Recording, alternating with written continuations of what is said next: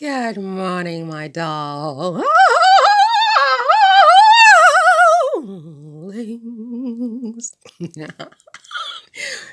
I do think there's something in my hot chocolate. My hot chocolate, I drink that and I become completely just hyper and like I start just being like more myself. You know what I mean? So I'm looking at the view. I powered up my computer. Oh wait, no. This is welcome to my YouTube channel. Okay. This is a venue, a space where I talk about all things having to do with the Duke and Duchess of Sussex, Prince Harry, the Duke of Sussex, Prince Harry Mountbatten Windsor, and his beautiful wife, Meghan, Duchess of Sussex, or Meghan Mountbatten Windsor.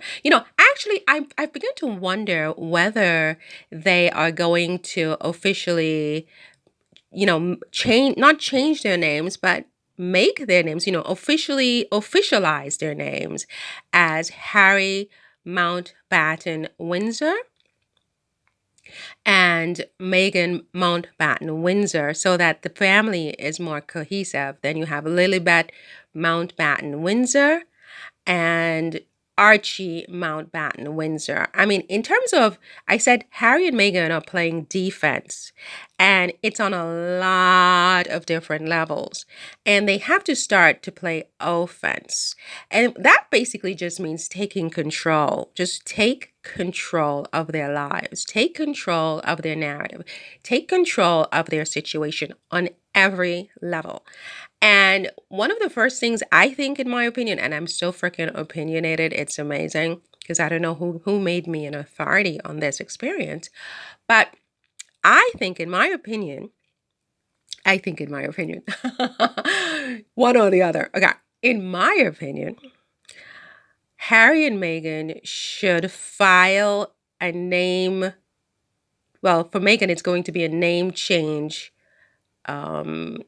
application to the court in California, because she's now Meghan Markle officially, I believe. I don't know that she's Meghan Duchess of Sussex. That's not her last name. It's a title. Her name, according to the legal records, is Meghan Markle. And I think the time has come after for almost 5 years of marriage, 2018 to 2023, that's 5 years of marriage.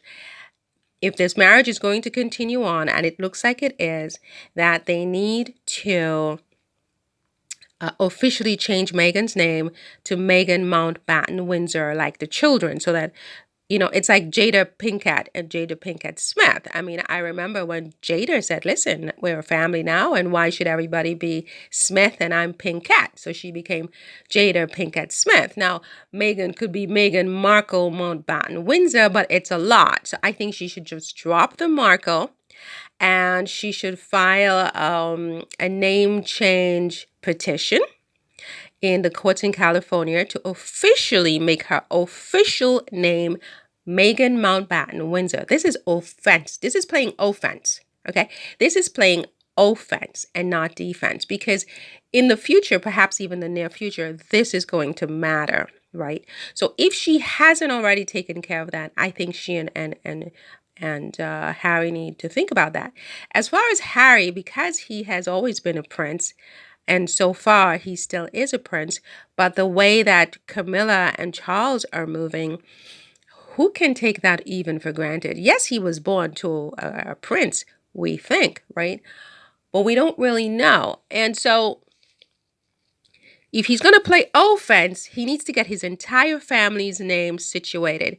They are Prince Harry Mountbatten Windsor and his wife, Meghan Mountbatten Windsor. Being the wife of a prince, she's obviously Princess Meghan Mountbatten Windsor. Now, they need to get that in motion ASAP. Nobody ever listens to me. Nobody ever listens to me. You know. Anyway, I was watching The View. Let's analyze this. Meghan Markle and Prince Harry have been kicked out of their UK presidency. Let's analyze this. which, by the way, there's a picture of it. It's not a cottage, okay? It's a mansion.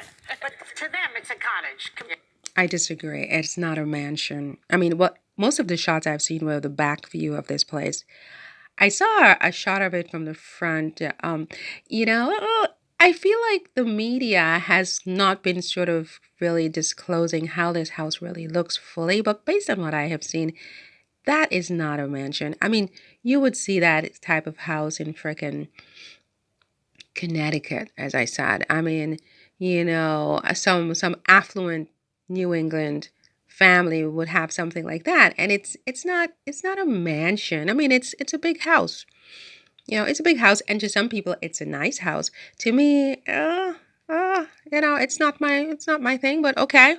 I'm not fully impressioned avec, but let's see let's move along here because I can't listen to the whole thing. Ready for a king to just throw his own kid out because he said a couple of things that, he pleaded with their father not to marry Camilla, for instance. Okay, so what? Well, he said a few other things, but I didn't detect any lies in what he was saying. He said he alleged that Camilla had a calculated agenda to remedy her public image as the other woman, one that paved the way for her marriage and eventual queen title. It's now queen, not queen consort. Also, it was that Lady Susan Hussey resigned and apologized for her unacceptable and deeply regrettable racial comments that she made. Her name was Lady Hussey. Lady Really? Susan Hussey. And she was the person that Camilla and the Queen and everyone assigned to protect Meghan Markle. And then he also called her dangerous because of the connections she still has with members of the media and her willingness to trade information. No lies detected. And I don't think that any child of the... Oh, this was the best part. He describes his stepmother as the villain and the third person in the marriage, which is how his mother describes her. That's right. Exactly. So in my view, no child of divorce really loves the divorce because I'm a child of divorce. I'm certainly not going to like the woman that was in between my parents' marriage talking dirty on the phone. Yeah, I'm not... Okay, so I have to agree with Sunny here on every point. I read Harry's book cover to cover, and actually, I loved the book just in terms of I didn't really find anything he said to be objectionable. I thought he was very frank about his feelings about Camilla. And, he was a young boy when his mother died and he had to move in with Camilla and Charles. He didn't have a choice in this matter, but it doesn't mean he liked it. For heaven's sakes, his mother was, she died violently. He's a young kid. His father has moved on with his mother's competition. He's living with them. That must have been just, what did he call her? Camilla? Mommy dearest? I mean, what did he even call her during these years? And not getting the therapy he needed to cope with his mother's death. And he's now, the two big things he's coping with here as a child. He's coping with his mother's violent and sudden death. And he's coping with his father's shacking up with the woman who basically was the third person in the marriage and quite frankly destroyed the marriage. I mean, that's true. I mean, not to throw stones at Camilla, okay? But because of her, the marriage imploded. Because of the relationship that she and Charles had, the marriage imploded. And I mean, look, she had a husband, right? She had her own life and family. Yes, she loved Charles, but she had somebody else, right?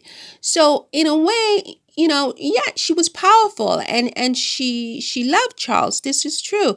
But I think she had so much power over Charles that if she really wanted him to stay with his wife and to work on the marriage, she would have done that and could have done that.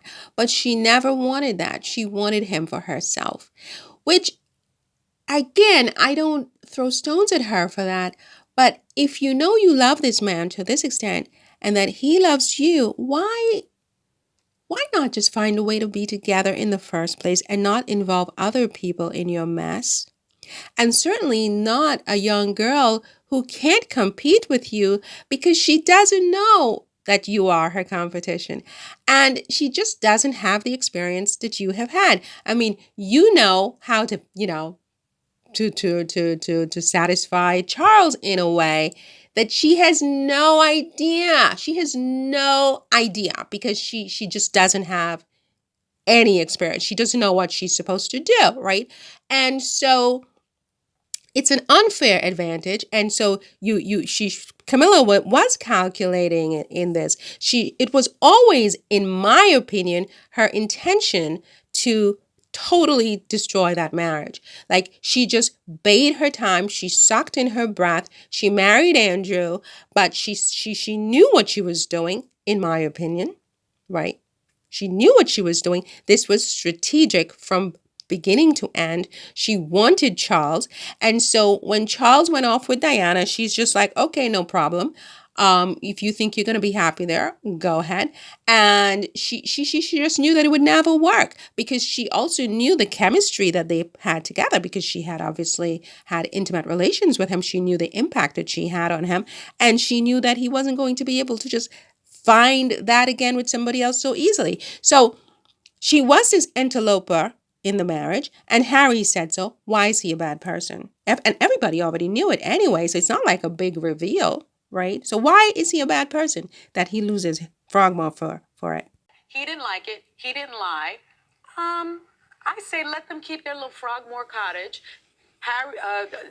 That's Harry my Meghan, opinion also. They have $135 million worth of projects. Mm-hmm. They threw a little $2 million to fix it up and let Prince Andrew live at Frogmore. Yeah, but maybe they want to go back to, the UK sometime. They got enough money to never buy mind their that. own That's not cottage going to be now. a short-term thing. Listen, they've got a great big mansion in Montecito. They're like neighbors of Oprah Winfrey. Listen, I'm the only person on this panel who's actually a stepmother. Well, I think it's petty. I don't think it's great, but they left. Let them keep their dumb. Yeah, but the cottage. bottom line is, listen. Exactly. King Charles. Exactly. Let them keep Frogmore, and just forget it.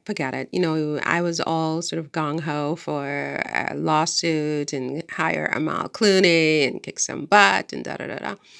But they can use their energy in more productive ways to create things, to create their own things. You know what I mean? That's Mama may have and Papa may have. But blessed is the child that has his own, right? So this is the right decision, Meghan and Harry. Let them have Frogmore. Voila.